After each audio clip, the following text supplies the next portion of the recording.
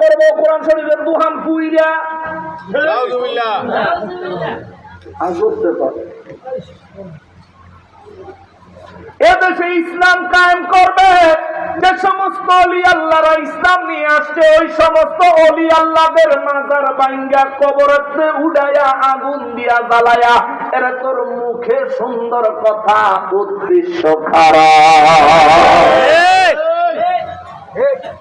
তুমি মন্দিরে পাহারা দাও, শিরিকের আড্ডাখানা পূজার মণ্ডপে তুমি উপস্থিত হইয়া শুভেচ্ছা জানাও, মন্ত্র পড়ো, মূর্তির তাজিম করো, পূজার প্রসাদ খাও, আর তুমি মাজারে গিয়া শিরিক বিশ্রাও, তুই ইহুদিদের দালাল।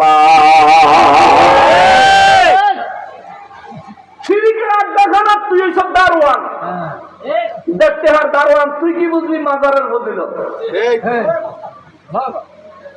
আল্লাহর ওলিদেরকে বুঝতে হইলে তাদের সোহবতে আসো। ওয়াকুনু মা'আস সাদিকিন বলেছেন কে? আল্লাহ। তুই আহাম্মক, এটা তো বুঝুস হই যায়। এখন কইলে পরে কইবে নকশবন্দি খালি আমগরে গাইলে, আমি কি গাইল দিচ্ছি?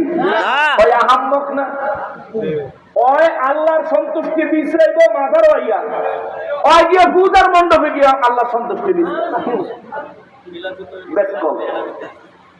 এই দেশে কি মুসলমান বেশি না বিধর্মী বেশি? হিন্দুদের পূজার মণ্ডপে যারা গেল, এদের উপর মুসলমান কি খুশি? না। আপনারা খুশি? না। এই দেশের একটা মুসলমানও খুশি না।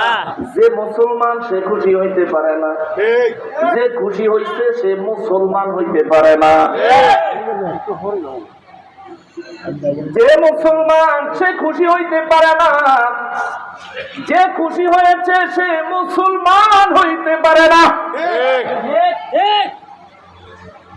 অতএব এই দেশে মুসলমান যদি 90% হয়, 10% ভোটের জন্য তোরা শিরিক করলি, পূজার মণ্ডপে গিয়া 90% মুসলমানের মনে আঘাত দিলি।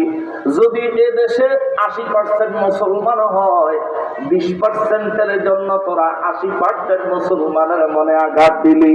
যদি এ দেশে মুসলমানের সংখ্যা 50% হয়, ধরে নিলাম 50% যদি হয়, তাহলে 50% খুশি করতে যায় আরেক 50% মুসলমানের অন্তরে তোরা আঘাত দিলি। আরে ক্ষমতায় যাওয়ার স্বপ্ন দেখো না, এটা দিবা স্বপ্ন, কোনদিনও বাস্তবায়ন হবে না।